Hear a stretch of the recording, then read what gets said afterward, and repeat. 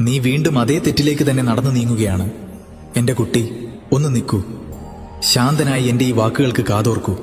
ഇന്ന് നിന്റെ ഉള്ളിൽ പുകയുന്ന ആ അശാന്തിയുടെ തീ അണയ്ക്കാൻ വേണ്ടിയാണ് ഞാൻ വന്നത്. നീ നിന്റെ ചോദ്യങ്ങൾക്കുള്ള ഉത്തരം പുറം ലോകത്ത് തിരയുകയാണ്. എന്നാൽ സത്യം നിന്റെ ഉള്ളിൽ, നിന്റെ ഹൃദയത്തിന്റെ ആഴങ്ങളിൽ തന്നെ ഒളിഞ്ഞിരിപ്പുണ്ട്. നിനക്ക് വേദന മാത്രം നൽകിയ അതേ ഇടത്തിലേക്കാണ് നീ വീണ്ടും വീണ്ടും മടങ്ങിച്ചെല്ലുന്നത്. എന്നിട്ട് എന്റെ ജീവിതം മാത്രം എന്തേ ഇങ്ങനെ എന്ന് എന്നോട് പരാതി പറയുന്നു. ഇതൊരു ശിക്ഷയല്ല, നിന്റെ ജീവിതം മാറ്റാനുള്ള പാഠമാണ്. ഓരോ മുറിവും നിന്റെ വഴി മാറാൻ ഞാൻ നൽകുന്ന സൂചനകളാണ്. പക്ഷേ നിന്റെ ഉള്ളിലെ വൈകാരികമായ ബന്ധനങ്ങൾ ആ സത്യം കാണുന്നതിൽ നിന്ന് നിന്നെ തടയുന്നു. സ്നേഹം ഒരിക്കലും നിന്നെ തളർത്തുകയോ തകർക്കുകയോ ചെയ്യില്ല.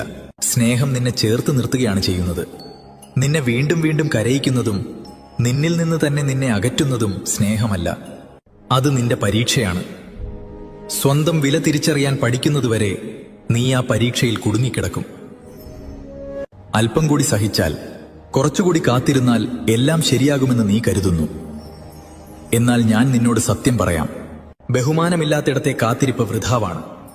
നിന്റെ സ്വന്തം വില മറ്റുള്ളവരെ ബോധ്യപ്പെടുത്തേണ്ടി വരുന്നത് നിന്റെ ആത്മാവിനോട് ചെയ്യുന്ന അനീതിയാണ്.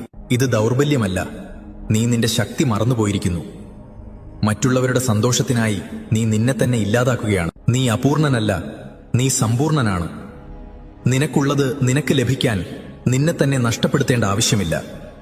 യഥാർത്ഥ ബന്ധം നിനക്ക് നൽകുന്നത് സമാധാനമാണ്, സംഘർഷമല്ല. അവിടെ നിനക്ക് നിന്റെ ആത്മാർത്ഥത തെളിയിക്കേണ്ടി വരില്ല. പകരം നിനക്ക് നീ ആയിരിക്കാൻ സാധിക്കും. വിധി എന്ന് കരുതി നീ മുറുകെ പിടിച്ചിരിക്കുന്ന ആ വേദനയെ ഉപേക്ഷിക്കാനുള്ള സമയം അതിക്രമിച്ചിരിക്കുന്നു. ഉപേക്ഷിക്കാൻ എളുപ്പമല്ലെന്ന് എനിക്കറിയാം. ഓർമ്മകളും പ്രതീക്ഷകളും നിന്നെ തടഞ്ഞേക്കാം. എന്നാൽ ഓർക്കുക, നിന്നെ ഉള്ളിൽ നിന്ന് തകർക്കുന്ന ഒന്നിനെ പിടിച്ചു നിൽക്കുന്നത് ഒരു തരം അടിമത്തമാണ്. നിന്നെ സ്വതന്ത്രനായി കാണാനാണ് ഞാൻ ആഗ്രഹിക്കുന്നത്.